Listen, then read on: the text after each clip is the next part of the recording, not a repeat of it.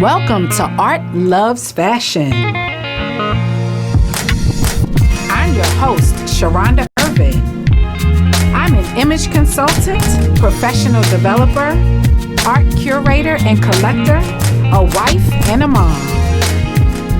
This show, Art Loves Fashion, is about, you guessed it, art, love, and fashion. We'll be meeting new people, trying interesting things, and hopefully learning something new. Sounds kind of vague, right? That's because I want you to join me on Sundays at 5 o'clock as we take a journey of all things creative and beautiful with art, loves, fashion.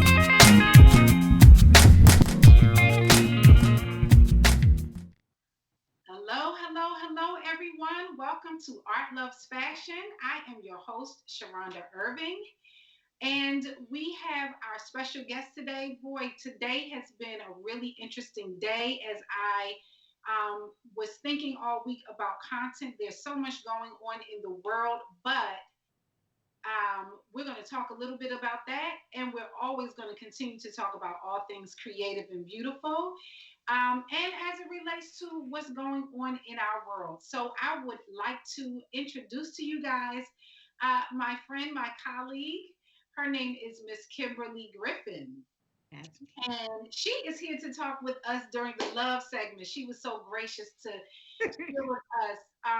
And so, just to give the audience a little bit of background, Kimberly and I'll say Kim and I started off talking about this topic of dating, um, just sort of casually, because, as a married person, you know, it's it's always interesting to get the insight about what's going on with my friends who are dating and just girl talk and like what's going on and how things change, or the more they change the more they say stay the same and all those good things. And so I was super curious about what was going on in the world of dating, especially with the shutdown and social distancing and all of those things. And so, if you've tuned into the show before, you've heard me talk a little bit about it. So, Kim was gracious enough to come on the show and talk a little bit about it. So, welcome, Kim. Thank you. Thank you for having me. Thank you. So, and Kim's family is watching. She was also gracious enough to share. This is typically her family time. And so they were gracious enough to share her with me for a little while. So, shout out to, is it the Griffin family? Yep. Shout out to the Griffin family. Especially dad, because she talks about her dad all the time. My boy. So now, Kim, let's kind of like start off just where are you in just like general sense of dating? And if there's any single men out here, yeah, now's your 30-second elevator pitch. At me. No, I'm just playing. So you mean in reference to social distancing or just in More to dating, like in the current climate. At first when we first started talking, we were originally talking about in reference to social distancing, but so maybe start there, and then if some of the political climate has that influenced dating life at all. Okay, so I know this sounds so it's gonna sound so cliche, but during the whole social distancing and pandemic, I was on some I'm focusing on myself. I need to get myself together because I was coming off of like a very rough school year with my job, and it was just a moment to breathe. And I felt all discombobulated. I was all over the place mentally and everything. So I was like, you know what? I cannot bring myself into anything right now. Let me just handle Kimberly, figure out my life goals and things like that. So it hasn't been anything that has been seriously on my radar. Now, if I meet people and things like that along the way, I have been going on dates and things like that, but it hasn't been anything where I'm like, I'm about to go on this, I'm about to find this today, or I'm about to do. So I'm just not really looking. So how are you meeting people? So okay, so here's the thing. I feel like it's my bubbly personality, but I don't really have Yes. a problem meeting people. That's never been my issue. It's usually the caliber. You know what I mean? So like Okay. literally grocery store, Target, gas station. Like I meet and I value like genuine connections. So like I like the in person, like, hey, how you doing? I'm good. You know, we could just start talking that way. So I've been meeting people out and about when it's time to go outside. So wait a minute. So you're telling me that then although it's the shutdown, when you go just do your like essential errands, Yes. people are still trying to holler. Yes, and it's bugging me out because I'm like, yo, my face is I have a mask. You know what I mean? But I guess you can see eye contact or whatever. So that's been interesting to see. Like this one guy told me, well, I can tell you're smiling because I can see it in your eyes. You smiled at me like when I said hello. Oh, So I'm okay. like, oh, well, good because you can't see it. So Right. yeah, it's just been usually it. It's been literally on my essential travels. Okay. Oh, that's interesting. So Yeah. now, quick sidebar. So, how can you tell if there's somebody? So, like, I talk a lot about image, and I talk a lot about how within the first 30 seconds, Yep. you can form an opinion about someone based off of the way that they look. So they can tell that you're smiling, but like, how can you tell? So my cousins, they always be teasing me. They be like, nah, they looking at them leggings or something. So that's the thing. Usually, because I know when people say, "Oh, looks don't matter," it matters. It does. You Yes, have to it be does. somewhat It does. attracted to that person. Yes. So for me, sometimes I'm really big on eyes. I really do like men's eyes. Like I'm like, oh my gosh. So I can tell by that. Or I've even said like, you can FaceTime me real quick when you get in the car. I need to see the mask off. So that probably has shifted because probably prior to this, if you meet someone, you may not necessarily FaceTime them so soon. Right, right, right. So So, now I'm like, or like one time there was a guy, we were at a red light and he didn't have his mask because it's hot in the car. So he had his down. So I was like, oh, okay. You can see that way too. But yeah, now FaceTime right away. Let's just go ahead. Let's just do it. wow. So in traditional like had before prior to this, so you're still meeting people in Right. person. Mm-hmm. Do you do any kind of online or like apps or any of that stuff? Because last time, like I had been research, like people are doing speed dating online, or Yeah. people are doing turning to Right. online dating. The data is showing an uptick in online, not even necessarily new users. There are new users, but people who were on there now, there's an increase in activity. So I'm gonna keep it real. My friends have scared me from that completely because all of the stories are like, oh my gosh. Now I do know a couple people, but it's way less that have had some success stories. And so like with me, I think I have two brothers, so like we're real close. Like those are my dogs too. So a lot of the things that I thought about some apps and why men join, I kind of they kind of were right. Like my brothers would say, "Nah, man, that ain't even like you're So because they which know one? me." So tell us, because maybe So there might be some single people out here who are like, and it's so weird because I don't do it, but I encourage everybody else. I'm like, go ahead and do it, girl, sign up. I help them with the pictures, help them with the bio and all that. I just am like, eh. So like I hear Tinder is just like hookup for real. yes, Just I heard that. what's another one? So the Bumble is what like one of my friends is on now, and she said it's just Tinder reincarnated. Um, there's Tiffany another. Haddish talks about Bumble a lot. Say it again. Tiffany Haddish talked about Bumble a lot. Right. So they said it's like a different caliber, but it still ends up being like the same type of conversations as they would have found Oh, on Tinder, right? okay. So I did do this. I did a little research because I knew I was going to be on the show. So there was this one that I signed up for. It was I made my girlfriends do it with me, but it was just to see the male. It wasn't actually a dating site. It was to see the male perspective on how they view online sites. Okay. I'm sitting there like this. Knew that one. So a lot of dudes were saying, and they were all different age ranges, but mostly adults, right? And they were like, one dude was said, he does it to pass the time because he's bored. So you did your own social research before coming on the show. I love it. Yes, we should have got all of them on the show. I was like, oh, but I liked it because it was for women because I have male relationships. Like I love male energy, like I do have male friends or whatever. So it was good for women who didn't maybe can't just call up their homeboy or their friend or their brother to talk about the male perspective. Because I hate being in ciphers all the time with a whole bunch of women. Yes. Trying to talk about how men are thinking. We don't know. Right. You get led down the wrong road. Yes. We know, but we know what we think, but when we ask them, it's like, no. Like, I know how a woman thinks. I can talk to you all day long like that, but I can't really tell you about a man. So, and I know not all men think the same, but just in general. Yeah, just their insight and their perspective. We think we can make their perspective, but we can't. I don't understand. You have to get out of too. Stop swearing you know what they think and telling your friends what they think because you don't know. I always say I don't understand them and I'm not going to try to figure it out. I just can, let's continue to love them. Yeah, right. Right. So you had your guy friends go on and they agreed with what the consensus was about the different apps. Yes. So Tinder is for hooking up.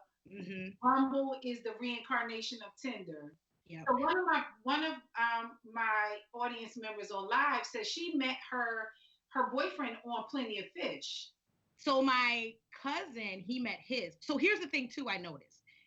There's a plethora of different types of women and different what they look like, what they're into, but like the men category is like, you know what I mean? Specific. Yeah. So app.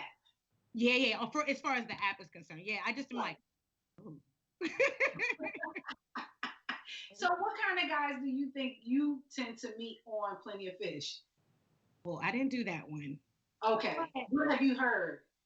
I've heard a little bit of both, right? I've heard older people, like maybe closer to, because I have like one of my sister's friends, but she's older than her. She's like 49, 50. And she was like, she's having plenty of success. On Plenty of Fish. Okay. So people are just done with the playing. And so maybe during COVID, people are like, this is right. They're focusing on them. And maybe in the meantime, focus is like, I probably should go ahead and stop playing around. Right. So, okay. So once you go, so you are not finding a shortage of meeting people in real time. No. But the ability to date, what are you doing with that? So there have been some interesting ones as far as like I said, it wasn't anything serious I was looking for, but I like male energy, talking, conversation, whatever. So a lot of Zoom dates, Zoom dinner dates. Another one was really interesting, and he gets a lot of props for this. I don't even know if people say props anymore, but anyway, I met him at it was either Target or CVS. And he asked if we talked for like a couple days. And then he was like, well, do you mind coming out? And I was like, do you understand what's going on right now? He was like, no, the grocery store. So we met up at the grocery store and we talked and shopped. And that was very creative. And I enjoyed that. And then I wasn't even expecting this whatsoever because I have my own too. And he was just like, no, I'll pay for your groceries because I can't take you to eat. I can't take you on a date. Wow. Like, okay. That's creative. Yeah. So did you have on your mask? Yes. Yes. You know, did you wear like a date outfit? I did do that. It's normally, it's leggings, t-shirt. Right. Because you're wearing your in the house clothes. So yes. So but this time I was like, all right. Did he have on date clothes? So we weren't like dressed up, but you could tell we put effort. Okay. So he had it was like kicked up grocery store outfit. Yes, because I was like, I don't want to do too much because this is ridiculous. Because I'm not in the grocery store with heels on. Yeah, I'm not that woman. Like I'm not in real life. So I wanted him to know, like I like to be cute, but I'm not gonna do that for the grocery store. Okay. So did he got a second conversation? He did. Because this one was super recent too. So I don't even know what it'll come. Oh, shout out to grocery store guy. Grocery store. He got a lot of, yeah. So how do you know? Um, so then, is it possible to like? So do you like ghost them since it's only virtual conversations, or Here's the thing. So I am a communicator. I pride myself in that. So okay? I I don't so it's so weird. But for this particular case, I do not shy away from having a conversation because I think that's so disrespectful to just ghost somebody. They sitting there thinking like, what was wrong? Was it my breath? Did I say something? Did I offend her? Like, no. I So you mean, give them have a little feedback conversation. yeah, just suck. It might sometimes might be like an exaggeration, but at least I'm talking about it. Because I know that I don't want that to be me. Like I don't ever want to be in a position where somebody just ghosts me and I don't know Right, why. Like, you know, right. So do you find that people are a little bit more are they taking the face to face meeting a little bit slower, or do you find that people are still moving at the pace that they would prior to the shutdown? so I I would say I'm taking it slower than my friends. Like they'll meet somebody like on a dating app or whatever, and then the guys are automatically like, "Can I come through? Can I come see you?" Can I'm like, "Wait, hold up, Okay. this is COVID." Right. People are so guys are like Yeah, shooting their shot. yeah, and it's fine, but it's just like you have to understand where everyone is. Everyone has different limits as far as this whole social distancing goes. You know what I mean? Yes. Yeah, but in a couple of my friends' cases, they like met a guy on an app, and then they really wanted to see him like the next day. And I'm just like, he had first of all, he has access to mad pictures because you have to put pictures up there. You're Yeah. FaceTiming, so it's not like you're faking who you are. But I'm like, but that's me in general. Like even if I give somebody my number, I'm not gonna be like tomorrow. Let's go hang out. No. Right. Okay. That's interesting. So guys are still out. So basically, the moral of the story is guys and girls are still kind of Yeah. carrying their dating life forward. Yes. Reason number 3,000 such and such why I'm like, hold up, y'all being real careless right now. Are you like taking their temperature if you That's like? what I said. I'm like, guys, you guys don't understand. We look normal. Everything could be fine, but you don't know. So I feel like I'm the mama in that talk with my friends. I'm like, like, no. Girl, like what would you do if he sneezed? Like if he That's coughed? Like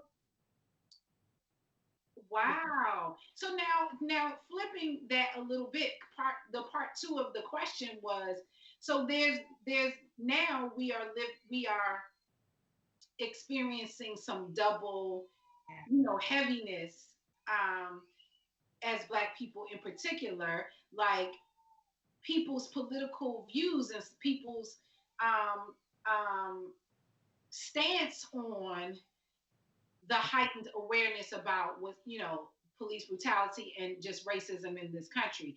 Does that factor in? So like you meet somebody, you're like, hey, you know the subject of protesting and police brutality may not have come up in March, right. but now does that come up in the conversation, and is that kind of like, now let me see where his political views are before this conversation goes forward? Yes. I pride myself in being a thinker, right? And I'm very, very attracted to men that are thinkers too, right? I want to see you learn so much about somebody based on their mindset and their views. So if you're saying something crazy out your mouth right now that I would be like, oh, not saying you have to have the same viewpoints as me, but it's just some people you're getting a sense of who people really are at their core. Now, I'm not saying every conversation we have to have is about the revolution, you know what I mean? And we have to have a deep conversation, but I do think that matters right now. You know what? And that's interesting because, like you said, this you get to see the core of someone kind of quicker. Yeah, I agree. Yeah. Because this is like turmoil. This is something like it's big, it's huge. You can't even just dismiss it and say like I'm not really dealing with that right now. Because to me, again, that'll be a red flag. Oh, you don't want to deal with this right now. Yeah. It's and here. or like if you really are like trying to prioritize what you think might be a hookup, right? Like, okay, yeah, I was at the protest, but what's up with you, girl? And that shows too, like what they're really into, right? Because I'm not in the little play stage anymore. Like I'm looking for something serious, longevity, all that. So if somebody who's like brushing over like something big like this, I'm like, you can keep it. Do you like you meet them? Do you? That's something that I don't know either. Like, do you go and immediately check their social media profile? So here's another thing about that. So I personally like I have social media, but I'm also old school, right? So I'll post stuff, but it'll be like maybe once a month, maybe twice a month. So I don't want to judge somebody else based on what is on their page, because that was on that research thing that I did. And this one guy was saying how he immediately goes to Facebook or the Instagram page to see like their interests and what they are, blah blah blah. But to me, social media can also be a very fake tool. Deception, yes. Yeah, I'm showing you what I want you to know or what I want you to see. Now, for visual aspect, because I am visual too, that's great. I can look and see what he looks like when he's chilling in the suit and things like that. But I'm not really judging the social media aspect so much, because I wouldn't want anybody. I'm like, no, I don't have like a gazillion followers and stuff, because I really don't, it's not really my thing. It's not your thing. Mm-hmm. Okay. So, but like if you so you meet the guy and you're like, let me look at so you don't really necessarily go look at their social media, but if you look at their social media and they still got a bunch of foolishness, like, oh yeah, it's a wrap. Yeah, because I found it interesting even with some of my friends that like if I look at their social media profile and I don't see that you are tuned into what's going on, it makes me like, hey, friend. Right. Now, another conversation I was having with one of my really good friends, he's been my friends for like 10 years. And he was saying how it's frustrating him right now that people are telling people how they should be participating in the movement. Yeah. And I can see that too. Like, if you're not posting, that doesn't mean maybe you're really live, actually out there protesting. If you're not posting because they're doing it. Or maybe you're not posting because you're, looking up resources and donating money. So like, if you're not saying anything, it's more so people that I wonder about their viewpoints, but I'm not judging it too much. You understand what I mean? Like, are you a deal breaker? Like, right. You now, like check out his social media, you don't see any like thing, you're like, nah. Now the conversation, if it doesn't come up then, or if it's a whack, I'm more like conversation. Yeah. Mm-hmm. That's interesting. Because I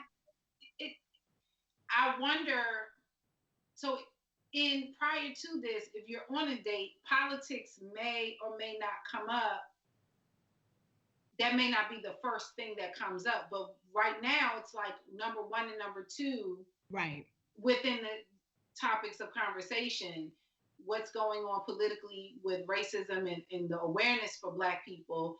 And then number two, COVID-19. Exactly. Now, I will say with this current administration, as far as being like a single person, it's been a topic with different men that I've met. You know what I mean? Like politics in general, not necessarily the systematic racism thing, but just like politics in general. Interesting. Yeah. Interesting. Okay. So the single brothers are a little bit more politically aware right now. Yes. Some of them. But no, I'm going to say they the ones that make it past conversation 2 and 3. Yeah. I would say there's a lot more people aware than not. Interesting. And willing to have a deep conversation about it. So here's the big question, because I kind of was laughing with some of my single friends when the shutdown first happened. It was like, okay, are you going to get this quarantine bay for the shutdown, right? And it was kind of like, okay, this is a new kind of cuffing season. Yes. So now we're on phase 1. And it might be a surge. Right. So is this like another opportunity to go ahead and get a bag before the next. So here's how I feel. Because I'm not gonna lie, I was like, oh, wait a minute, where am I meet people? Like how much like all that went through my head. But I also was like, how about this? Because I was in such disarray before, I was like, I'm not trying to deal with anybody right now. So Yeah. anybody who trickled over was somebody that I already knew. You know what I mean? Okay. You can trickle over into it, but yeah. So right now it's just kind of like there's not any unnecessary sense of urge. You're not like consciously like let me lock somebody down because No. Because I'm all about things being organic. You know what I mean? Like I don't want to feel rushed just because it might be the end of the world or not. You know what I mean? But I still feel like I don't know what's for me is for me. So I don't want to like sure. be like now I did panic a little bit though, because I was just like even though I don't want it right now, it doesn't mean that I didn't want access to it. So what are the guys in your independent research? Mm-hmm. What have the guys' feeling been about it I feel like it's been a combination of both, right? So there were some that were just like, you only live once, let's just have fun anyway. though? Okay. And then you had others that were kind of like on the same page as me, like, let's continue to chit chat on this phone and, on laptops, but let's just like see how it plays out. Cause I don't want to rush it. I'm not really impulsive either. So, like, if I normally wouldn't rush the process, I don't want to rush it now. Okay. I know it You're makes not out people here doing nothing rash. what you say? You're not out here doing anything rash. No. And I know it's bugging people out because they're like, what, Kimberly? I don't know why. Maybe it'll hit me later. I may delayed, but I'm just like, no, it is what it is. So in the girlfriend circle, are they doing anything crazy? Yes. Yes. Yes. And they may be watching, so we're not going to out them. Oh. but but here's the thing though, they're my people, so I'm not judging, but you can see where I can see where I'm like, well, this is what I'm gonna do, but I can encourage you in your path too. Right. No, not and not asking from a judgmental standpoint, but no, I know. People may be reacting in different ways, like you said. But they all know me, so they're just like, yeah, Kimberly's not with the foolishness right now, so she's just chilling. Yeah. Mm-hmm. And people also, yeah, people react in different ways. I think people are also um, in their mind predicting different outcomes. Yeah, and I had to slow myself down from that as well, because when you do that over and that overthinking and trying to predict, you don't really know. So yeah, I was driving myself crazy with that. Yeah. And so just kind of the last question then. You started off talking about self-care. So this particular segment is all about love, right? Because I was thinking about it too, and I was like, boy, I have been feeling a lot of kind of just overwhelmed. I've been really busy, and I was like, okay, I hear my inner self saying you need to take a minute to just sit it down for a minute. What was that looking like for you, the self-care moment prior when all this happened? Or you were before COVID? I needed to focus on Kimberly. What did that look like for you? So in the very beginning, I didn't know, and I felt very overwhelmed and very just like seriously like not my normal bubbly optimistic self. I felt like a level of it was like despair, sadness, depression, because like what once was is no more. You know what I mean? Like little things that you take for granted. So in the very beginning, I would say I withdrew a lot from people. But it was also hard because being an educator, I still had to be present. But that also was very, very exhausting because that's not where I was mentally.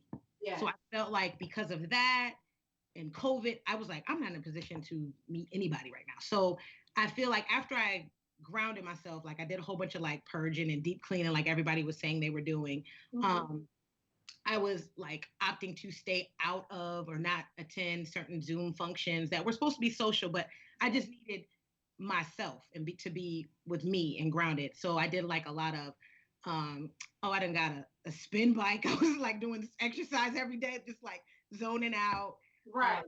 I wrote a whole bunch. I used to write when I was younger, like songs. I wrote a whole bunch of songs and stuff. Oh, wow. Okay.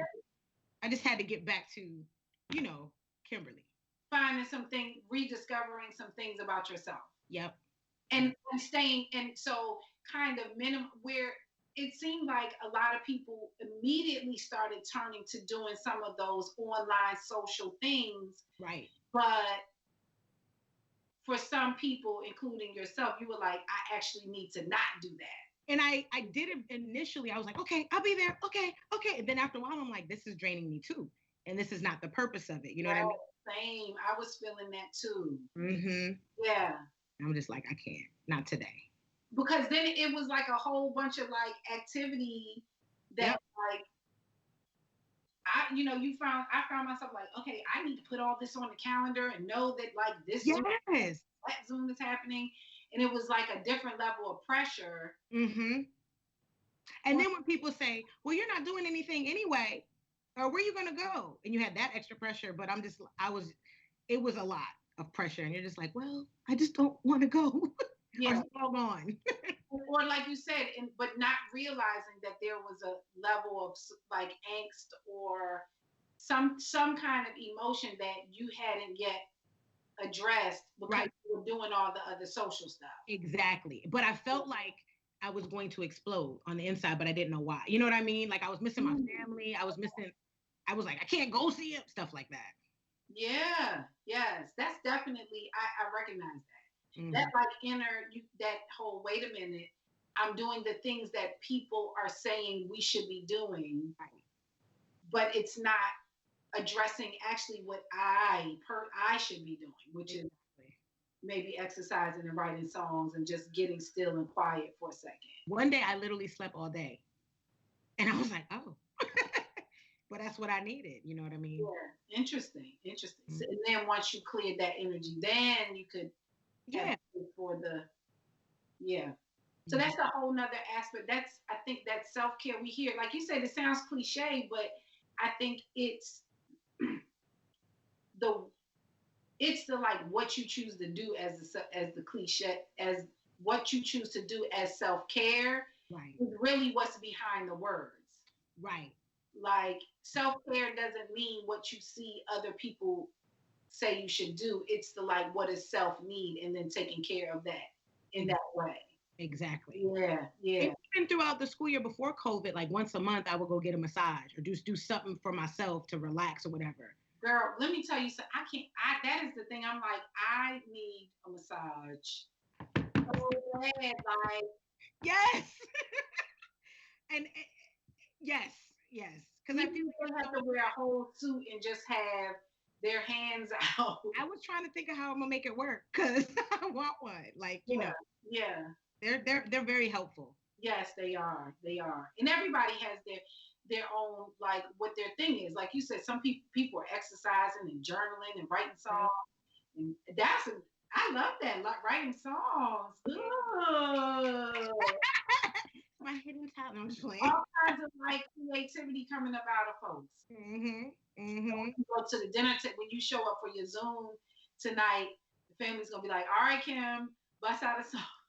So they know, they go, here she go writing a song again. Because I'll be like, hold up.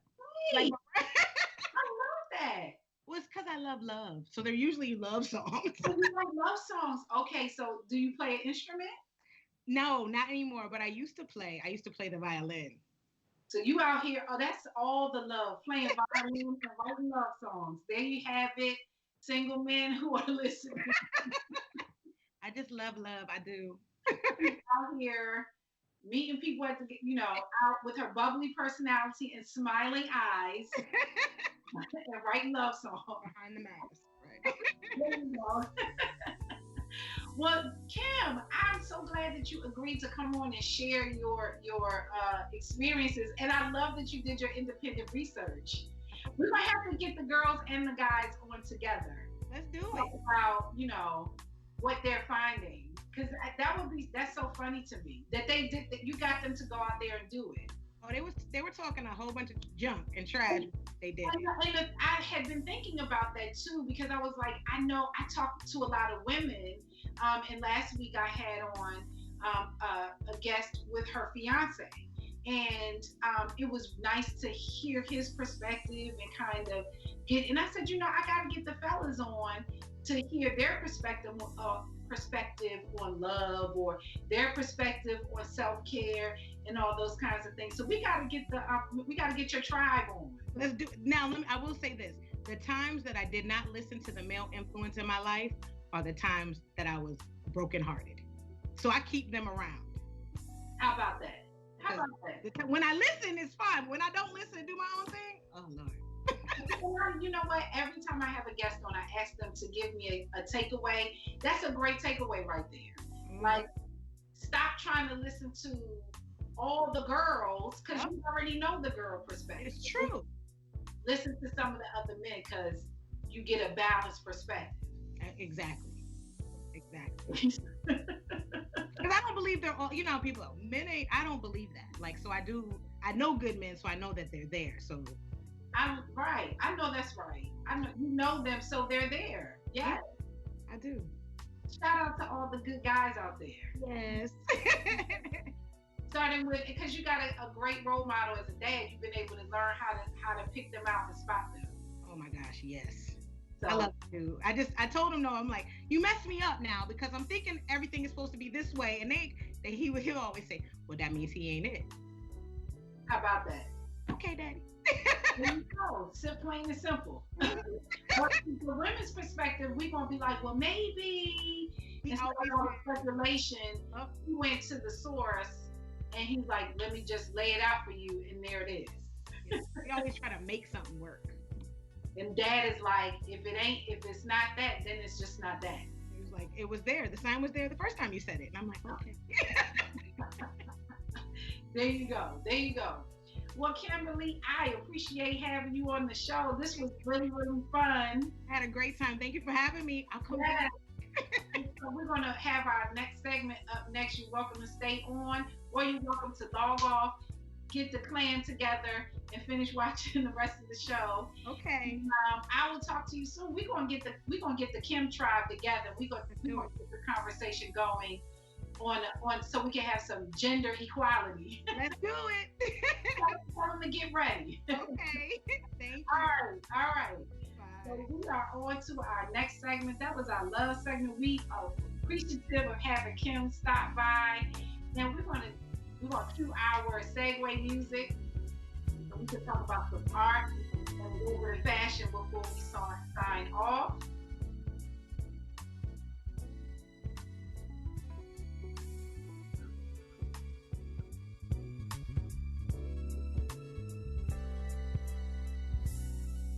Right. So let's talk about a little bit about art. So today, I had originally started off building. Wanting to talk about one art form today, but as I perused, you guys know I look at a few different news outlets and sort of see what's going on currently in the news or in media topics and that kind of thing. And as I was moving in one direction, I found some other interesting information, and it made me change my direction in a happy way. So my art segment is around one of my favorite visual artists. I am an educator, as most of you know, and one of the things that is an essential part of my practice, and it's just second nature to me, is that I always make sure that there are images of Black people within my whenever I'm working with my students. All of my children's literature has to be and show, or I won't say all, but I am very intentional about making sure that the books that I read to my students and the lens that I give my students is reflective and representative of them. And so within that, I had this one in particular book that was a favorite for me. It was on my daughter's library shelf and that I brought in for my students. It was called Thunder Roads. And the illustrations in Thunder Rose were so striking and beautiful to me that I became interested in the illustrator. And the illustrator's name is Kadir Nelson. And so as I, continued on in my career as an educator and as a mom, I would always make sure that I would go and purchase and collect all of the books that were illustrated by Kadir Nelson. Um, and so today, as I was looking at, was it Sunday morning on CBS, they did a feature story about Kadir Nelson, and I have a couple of photos.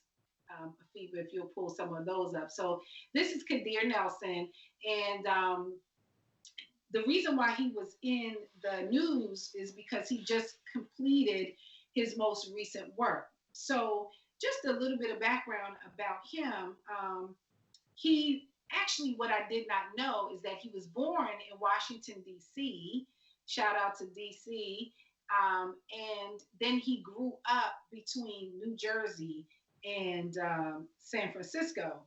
And he started off, he said he started off just drawing with crayons and just realized that he was so very interested and had this artistic talent. So he went to college, he graduated from Pratt Institute. And right away, when he graduated from Pratt Institute, he was hired uh, by Steven Spielberg to do some art for Amistad. And so his career basically took off from the beginning. And in doing the research, I just knew that in that particular image you see on the screen was one of the illustrations.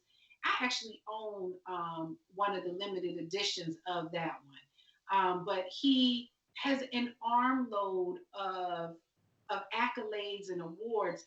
He has multiple Caldecott honors. Now, Caldecott, if you aren't familiar, is like the Oscars of children's book awards. So he has several Caldecott honors.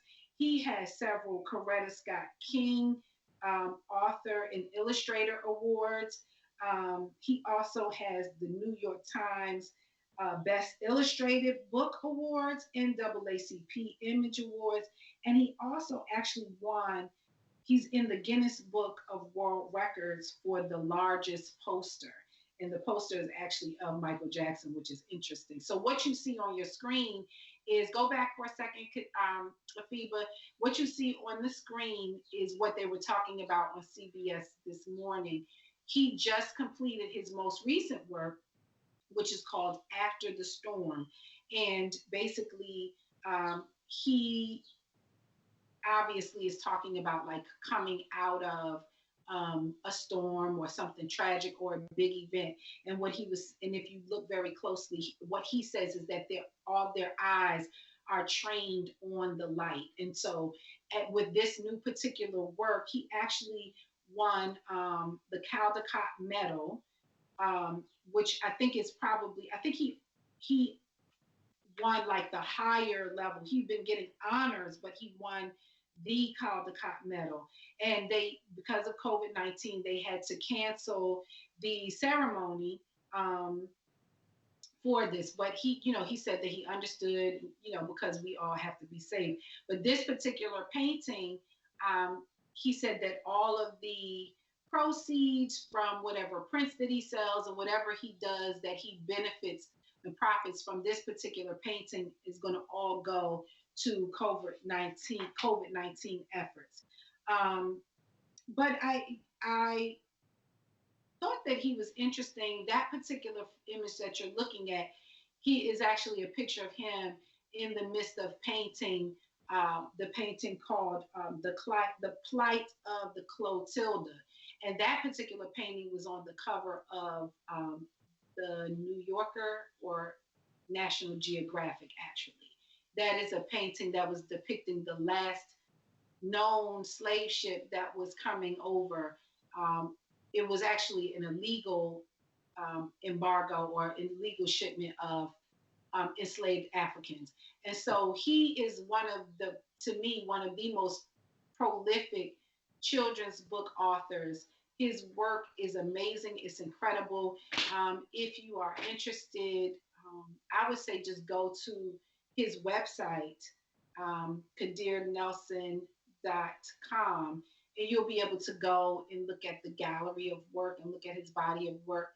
If you are an educator, and if you're not an educator, if you have young people who are in your life, he actually has interviews and book listings on scholastic.com, and also Reading Rockets, which I think is really interesting because, particularly right now, there's Thunder Rose. On Halloween, we have Book Character Day, and every year I go dressed as Thunder Rose. And all the children actually think that I am dressed up as Jessie from Toy Story. And I'm always like, no, I'm actually Thunder Rose. And that's my opportunity. I take that opportunity to introduce them to a children's book that has Black characters, that has a Black illustrator. Because again, which leads me to what I was getting ready to say, we have to constantly be making sure that we're exposing children to children's literature that has characters that look like them.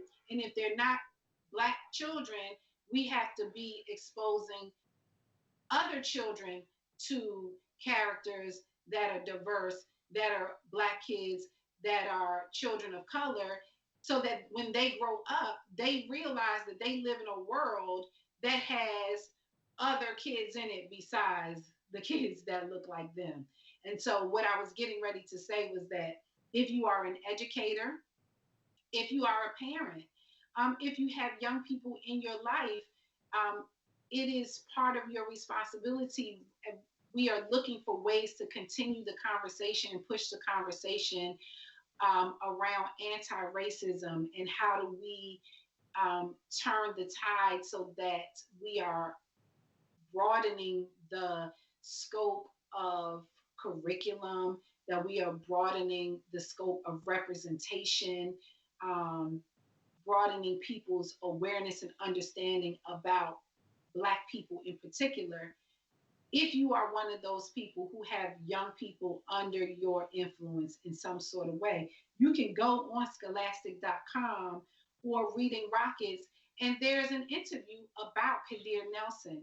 There are pictures of his picture books. There are book listings of the literature and the children's books that he has illustrated. So go there, check it out, buy some of the books, so that kids can have access to that. If you are one who donates, donate some of these books to your kids' library at school, or or donate them to your neighborhood school, so that we are all contributing in some sort of way to um, making sure that educators and children have access to literature that has Black characters in it and that looks like them.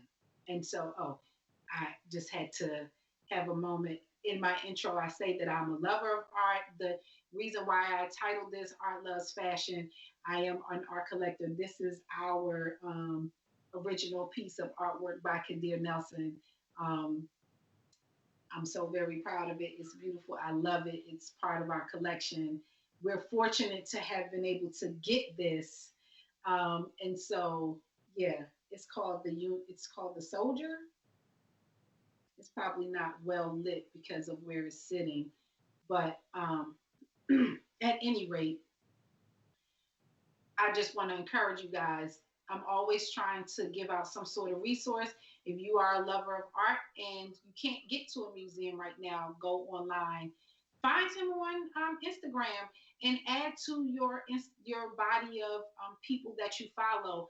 Follow artists, because it does definitely break up your Instagram feed. You're not just looking at things to buy, or you're not just looking at online shopping, or um, whatever is in your feed. Follow a few Black artists to beautify your timeline and give you um, a breath of fresh air and beauty within your scrolling. So find Kadir Nelson online and look at some of his work. If you are a collector, I would say reach out to his wife, who is his agent, and see if there's a way that you can get a piece of his art within your collection. You may be surprised that you can own a piece of art. It's a way to build your wealth um, um, if you have it within your resources to get, because that's another way that we diversify our wealth by accumulating art. That's a little sidebar. But at any rate, I just wanted to spotlight one of my favorite artists, Kadir Nelson. They were talking about him on CBS Sunday Morning.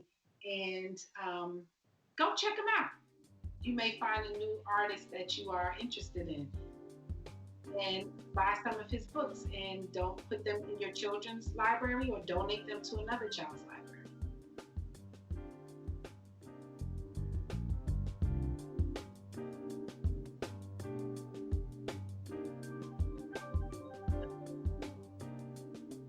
So on to our final segment with our few minutes left. I really wrestled with wanting to talk about fashion. I always want to talk about fashion. I love it. And I wanted to, I'm also very dedicated to the cause of my people. So I wanted to figure out how could I talk about fashion as it relates to what's going on right now. And so I thought about how fashion in our community has evolved. One of the things that I know, and we all know for sure, is that we as a people like to look good, and how we look and show up to things is important to us, dating all the way back to our Sunday best. And so, but today in particular, I wanted to look at the fashions of the 70s, the civil rights movement, but in particular, the struggle for Black liberation, particularly like we got on the screen a picture of Huey Newton with his leather jacket and his African dashiki underneath. And so during that time in the 70s, we start to see the way that Black people started to dress was really a representation of their political ideology. So people were wearing the mini skirts and wearing the quote unquote ethnic jewelry, but we started to kind of change it and give it a little bit more flavor. And so then you start to see the Black Panthers wearing their signature look, which was we're going to add a little black leather to it. And why black leather? You know, when we think about the symbolism of black leather, it symbolizes not only just a coolness, but it was also to show that we're not intimidated by the establishment. We are not intimidated by outside forces that would try to dismantle what we're doing. And it also was a symbol of unity and solidarity. So when you saw this group all together in black and black leather, you already knew what they came to represent. And also as a part of their uniform, because it became a uniform, also part of their uniform, you saw them with their black berets on.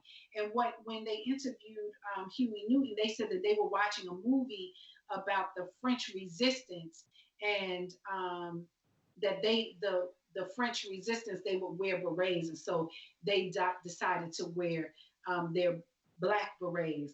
And then also during that time, you started to see the rise of what at that time was called like the Black is Beautiful movement. Today in 2020, us saying Black is beautiful is a given for us, or is something that we have come to embrace as just the norm. But that was new then. Saying Black is beautiful was like, aha, yes we are. And so women and men started to grow their hair out natural and started to wear afros and doing what they needed to do to make that thing come to life and stand out. And so that was also a part of the fashions. And you started to see ads and people having picks in their hair with the black fist and all those things, which shout out to Questlove still continues to carry that look forward, right? And when we see it, we know exactly what it means and exactly what it represents. I talk a lot about how fashion and what we wear is instant communication. Well, that black beret, that pick in the hair, that afro, we instantly know what it means, which is why when Beyonce brought that fashion and that look forward, it caused so much controversy because it is recognizable and people knew exactly what it meant. It means that we are uncompromising in the face of the establishment. We are bringing ultimate cool, ultimate soul power and all those things in the face of the establishment, in the face of the mainstream. And so I wanted to kind of like highlight and lift up the fashion of the 70s. And one of the things it also, I was reading an article, and Dr. Tanisha Ford, she wrote Liberated Threads, Black Women, Style, and the Global Politics of Soul. And what she talks about is that when the Panthers came out, they were either viewed as these dangerous radicals or these vigilantes, although they were an organized group of young people, mostly in their late teens and 20s, who really were trying to put forward a platform of community activism.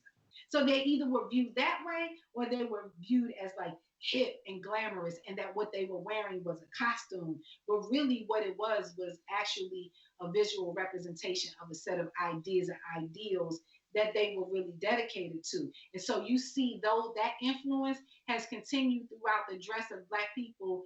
On your screen, you see Public Enemy.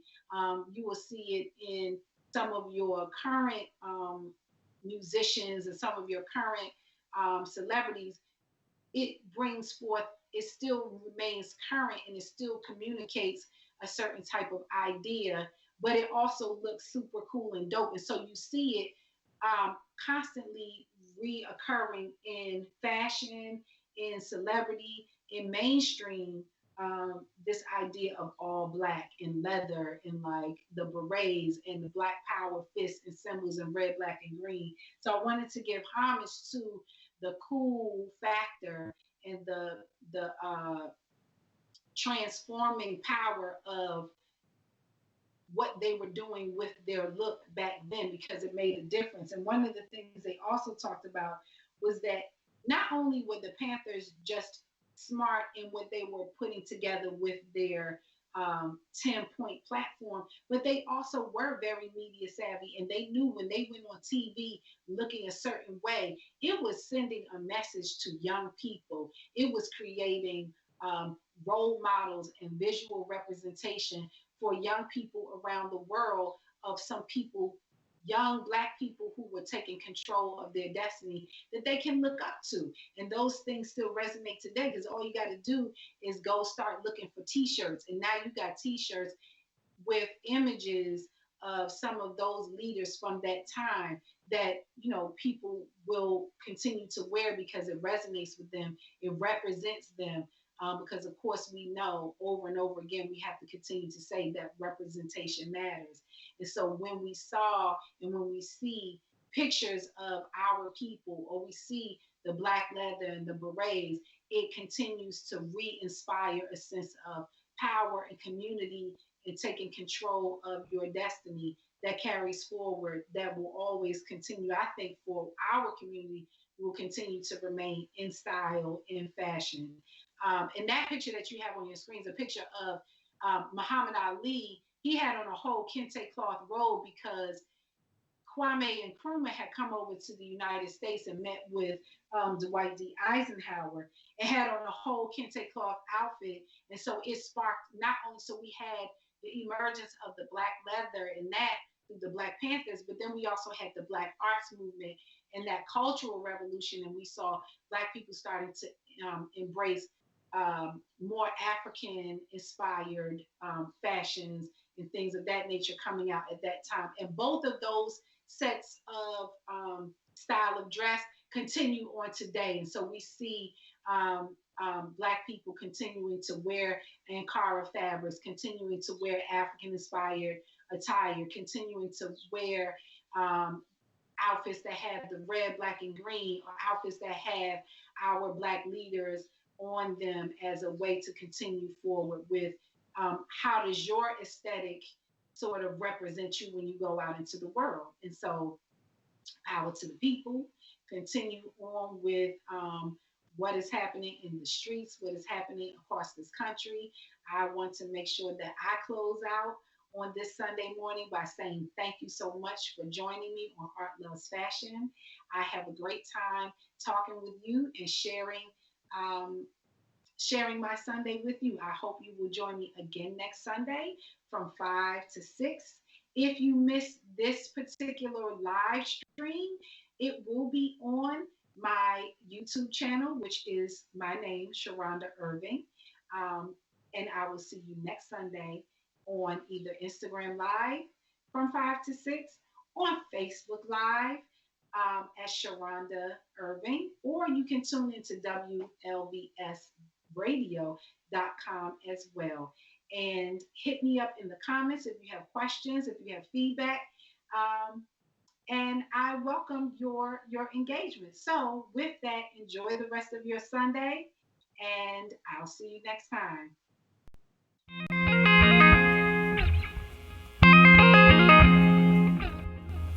Welcome to Art Loves Fashion. I'm your host, Sharonda Irving. I'm an image consultant, professional developer, art curator and collector, a wife and a mom. This show, Art Loves Fashion, is about, you guessed it, art, love, and fashion. We'll be meeting new people, trying interesting things, and hopefully learning something new. Sounds kind of vague, right? That's because I want you to join me on Sundays at 5 o'clock as we take a journey of all things creative and beautiful with art, loves, fashion.